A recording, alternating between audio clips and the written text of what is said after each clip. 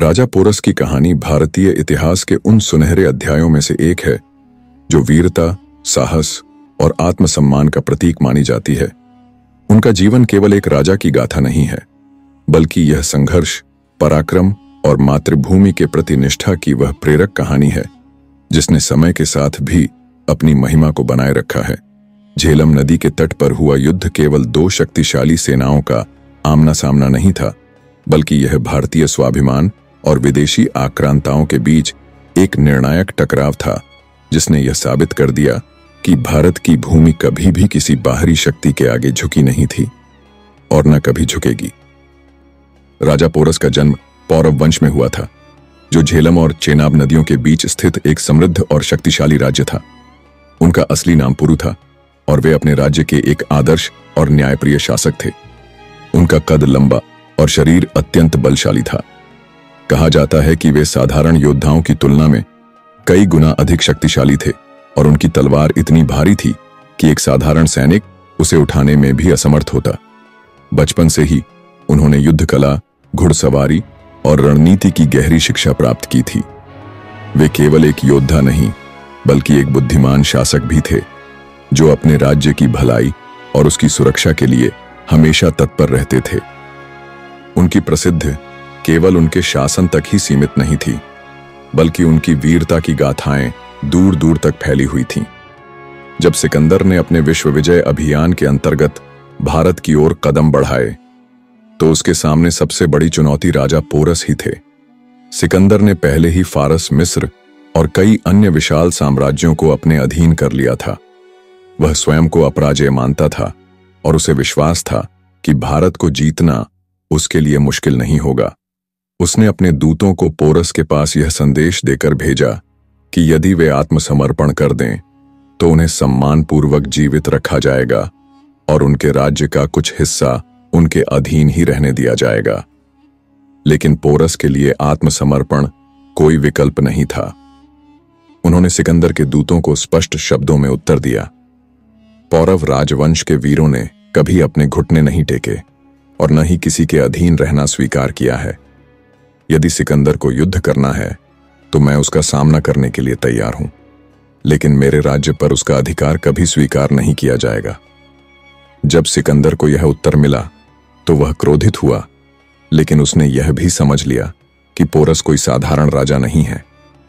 उसने अपने सबसे अनुभवी जनरलों से इस युद्ध के लिए रणनीति बनाने के लिए कहा और अपनी विशाल सेना को झेलम नदी की ओर बढ़ाया।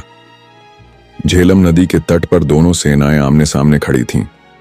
सिकंदर की सेना अत्यधिक संगठित और अनुशासित थी। उसके पास विश्व के सबसे प्रशिक्षित योद्धा थे जो कई युद्धों में विजयी हो चुके थे। उसके पास तेज घुड़सवार, घातक तीरंदाज और अत्याधुनिक युद्ध कला थी। लेकिन पोरस के पास कुछ ऐसा था जो सिकंदर की सेना में नहीं था। हाथियों की विशाल सेना और भारतीय युद्ध कला की अद्भुत रणनीतियां।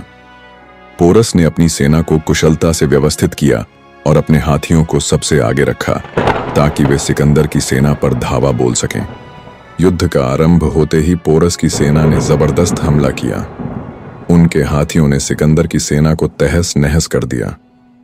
सिकंदर के सैनिकों ने कभी भी इस प्रकार के विशाल और प्रशिक्षित हाथियों का सामना नहीं किया था। वे भयभीत हो गए और कई सैनिक भागने लगे, लेकिन सिकंदर ने जल्द ही अपनी रणनीति बदली। उसने अपने सैनिकों को आदेश दिया कि वे हाथियों के पैरों पर निशाना साधें ताकि वे संतुलन खो बैठें। उसकी इस चाल से कुछ हाथी गिरने लगे, जिससे पोरस की सेना में कुछ क्षणों के लिए अस्थिरता आ गई। लेकिन पोरस स्वयं एक महान योद्धा थे। वे अपने विशाल हाथी पर खड़े होकर अपनी तलवार से दुश्मनों का सफाया कर रहे थे। उनके सैनिक भी अपने राजा की वीरता से प्रेरित होकर सिकंदर की सेना को लगातार पीछे धकेल रहे थे। युद्ध कई दिनों तक चलता रहा। सिकंदर की सेना बुरी तरह से थक चुकी थी, लेकिन वह हार मानने को तैयार नहीं था। सिकंदर ने एक और रणनीति अपनाई। उसने अपनी सेना को दो भागों में बांट दिया और रात के अंधेरे में नदी के पार जाकर पोरस की सेना पर अचानक हमला कर दिया। यह एक अप्रत्याशित हमला था जिससे पोरस की सेना को भारी नुकसान हुआ, लेकिन फिर भी पोरस ने हार नहीं मानी।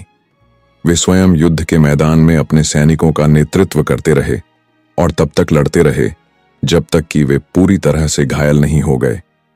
आखिरकार पोरस को बंदी बना लिया गया और उन्हें सिकंदर के सामने लाया गया। सिकंदर, जो अब तक अनेकों राजाओं को अपने सामने झुकते देख चुका था, पोरस की वीरता से स्तब्ध था। उसने पोरस से पूछा, राजा पोरस, तुम्हारे साथ कैसा व्यवहार किया जाए? पोरस का उत्तर इतिहास के पन्नों में स्वर्ण अक्षरों में लिखा गया, जैसा एक राजा दूसरे राजा के साथ करता है। यह उत्तर सुनकर सिकंदर अवाक रह गया। उसने न केवल पोरस को मुक्त कर दिया, बल्कि उनका राज्य भी उन्हें लौटा दिया। उसने स्वीकार किया कि पोरस जैसा वीर और स्वाभिमानी योद्धा शायद ही उसने पहले कभी देखा था। सिकंदर, जो पूरी दुनिया को अपने अधीन करने निकला था, उसे भी पोरस की वीरता के आगे झुकना पड़ा। राजा पोरस की यह कहानी केवल एक युद्ध की नहीं है, बल्कि यह उस आत्मसम्मान, शौर्य और अदम्य साहस की गाथा है जिसने यह सिद्ध कर दिया कि सच्चे योद्धा कभी पराजित नहीं होते। वे केवल रणभूमि में गिरते हैं, लेकिन उनकी आत्मा और उनकी महानता सदैव जीवित रहती है। यह गाथा भारतीय इतिहास की उन अमर कहानियों में से एक है जो अनंत काल तक प्रेरणा देती रहेगी। यदि आप वीरता, साहस और आत्मसम्मान की ऐसी ही और कहानियां सुनना चाहते हैं, तो हमारे चैनल को सब्सक्राइब करें और वीडियो को लाइक और शेयर करना न भूलें। राजा पोरस की यह अमर गाथा हमें सिखाती है कि सच्चे योद्धा कभी हार नहीं मानते और अपने सम्मान के लिए वे किसी भी हद तक जा सकते हैं। उनकी वीरता सदैव भारत के इतिहास में स्वर्ण अक्षरों में लिखी जाएगी। धन्यवाद। जय हिंद।